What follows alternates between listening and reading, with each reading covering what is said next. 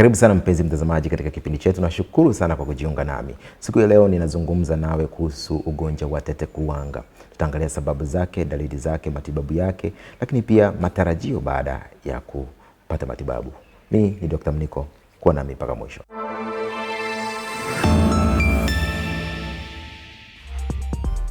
Tetekuwanga ni maambukizi ya virusi yanayosababisha mtu kupata malengelenge yanayowasha mwili mzima. Tetekuwanga ulikuwa ugonjwa unaowapata watoto wengi sana kabla ya kugunduliwa kwa chanjo. Kwa watoto, tetekuwanga inasababishwa na virusi wanaoitwa varicella zoster. Aina hii ya virusi inasababisha ugonjwa wa mkanda wa jeshi kwa watu wazima. Ugonjwa wa tetekuwanga unasambaa kwa urahisi zaidi kwa kugusa au kushika majimaji yanayotokana na hayo malengelenge kwa mtu ambaye unakuta ana ugonjwa. Au kama mtu mwenye tetekuwanga atakohoa au kupiga chafya karibu yako, basi pia unaweza kuvuta hiyo hewa na ukaambukizwa. Watu wenye dalili hata za kadri tu wanaweza kuambukiza wengine. Ukiona ugonjwa huu unaweza kuambukiza watu wengine siku ya kwanza au siku ya pili kabla ya malengelenge kuanza kuonekana. Hii inamaanisha unaanza kuambukiza watu kabla ya kujua kwamba umeambukizwa wewe mwenyewe. Na mgonjwa wa tetekuwanga anaweza kuendelea kuambukiza watu wengine mpaka malengelenge yote yanapokuwa yamekauka kabisa, ndio anaacha kuambukiza watu wengine. Kwa hiyo visa vingi vya tetekuwanga vinawapata watoto wenye umri chini ya miaka 10.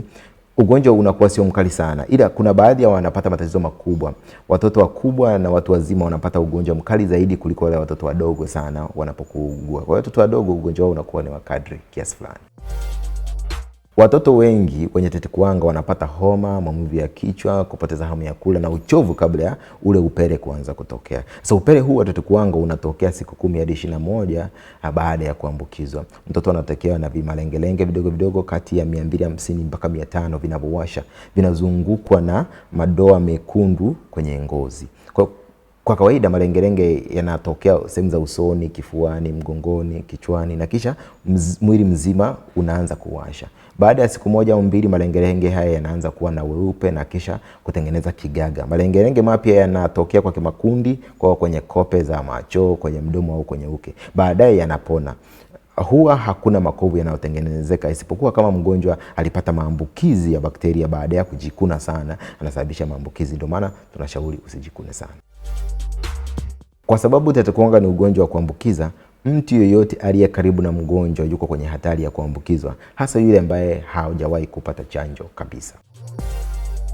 Ukiambukizwa, daktari anaweza kugundua kuwa una tetekuwanga kwa kuangalia upele na kuuliza maswali kadhaa kuhusu historia yako. Vimalengelenge vidogo kwenye kichwa mara nyingi vinathibitisha kuwa utambuzi huu ni wa tetekuwanga. Kwa daktari akikuangalia tu anaweza akaamua kuwa hii ni tetekuwanga. Ni vizuri kufika kwenye kituo cha afya kama unadhani mwanao ana tetekuwanga au kama mwanao ana zaidi ya miezi 12 na bado hajapata chanjo dhidi ya tetekuwanga ili aweze kuipata mapema.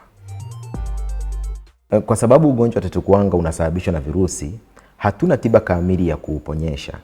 Matibabu mara nyingi huwa yanafanyika ili kupunguza au kumpunguzia mgonjwa taabu na shida ambazo zinaletwa na huu ugonjwa, huku tukisubiri mwili wake upone wenyewe. Inashauriwa kuepuka kujikuna au kujisugua kwenye maeneo ambayo yanakuta yanawasha, na ndio maana wakati mwingine tunamshauri mgonjwa avae gloves nzito asijikune, au ikiwezekana mnafunga mikono yake kwa bandeji ili asiweze kujikuna sana. Hakikisha kucha zako ni fupi ili kuepuka kujichubua ngozi unapojikuna, hasa usiku. Vaa nguo nyepesi zilizobana na epuka kuvaa nguo nzito zinazokwaruza katika maeneo yanayowasha, itasababisha ujikune zaidi. Oga kwa kutumia maji ya vuguvugu na sabuni na kisha jisuuze vyema baada ya kuoga.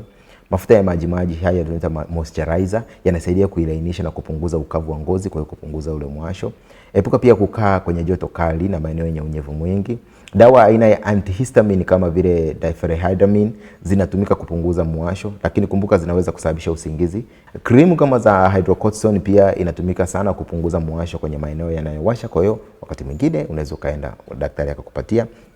Vaa glove au socks mikononi ili kupunguza maambukizi yanayotokana na kujikuna, hasa usiku unapokuwa umelala. Usingizini unavaa socks mkononi ili usijikune sana.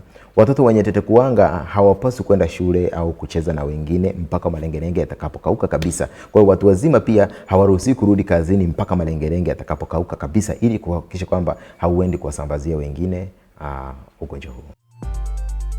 Katika hali ya kawaida mgonjwa anapona bila matatizo yoyote. Baada ya kupata tetekuwanga, virusi wanabakia mwilini maisha yako yote. Mtu mmoja kati ya watu 10 wanapata mkanda wa jeshi kwa sababu ya virusi hivi kujiinua baada ya kinga ya mwili kupungua. Mfano, wakati wa msongo, wakati wa ujauzito, uzee, au kwa sababu una ugonjwa wa ukimwi, kinga yako ikipungua, unaweza kupata mkanda wa jeshi, na hivi ni vile virusi vinakuwa vimekaa mwilini mwako au vimebakia mwilini mwako maisha yako yote. Ili kuzuia ugonjwa wa tetekuwanga, funika mdomo unapokohoa au kupiga chafya ili usiambukize wengine. Hakikisha kuwa nguo na taulo unazotumia kama mgonjwa hazitumiwi na watu wengine. Nawa mikono yako mara kwa mara na kila baada ya kumhudumia mgonjwa wa tetekuwanga ili usiambukizwe. Kama mtoto ana maambukizi, epuka kumpeleka mtoto huyo shuleni au maeneo ya mkusanyiko ambapo mtoto anaweza kukutana na wengine akawaambukiza, kwa sababu tetekuwanga inaweza kusambaa kwa hewa. Hata kabla hayo malengelenge hajaanza kuonekana, basi inaweza kawa ngumu kidogo kujikinga. Kwa hiyo chanjo ya kuzuia tetekuwanga kwa watoto ni muhimu sana, kwa sababu kwani kwamba mtoto anaweza akaambukiza wengine hajapokuwa hata malengelenge hajaanza kutokea. Kwa hiyo chanjo ni muhimu sana. Kwa kawaida chanjo inazuia kabisa ugonjwa tetekuwanga, au inafanya ugonjwa ambao huyu mtoto ambaye amechanjwa atakaopata utakuwa sio mkali sana. Kama mwanao hajapata chanjo ya tetekuwanga, hakikisha kwamba anaenda kupata chanjo hiyo ili aweze kujikinga. Kazi yetu ni kuwaunganisha wagonjwa kutoka Tanzania kupata matibabu India, South Africa, Uturuki na USA kwa urahisi kabisa. Tutakuunganisha.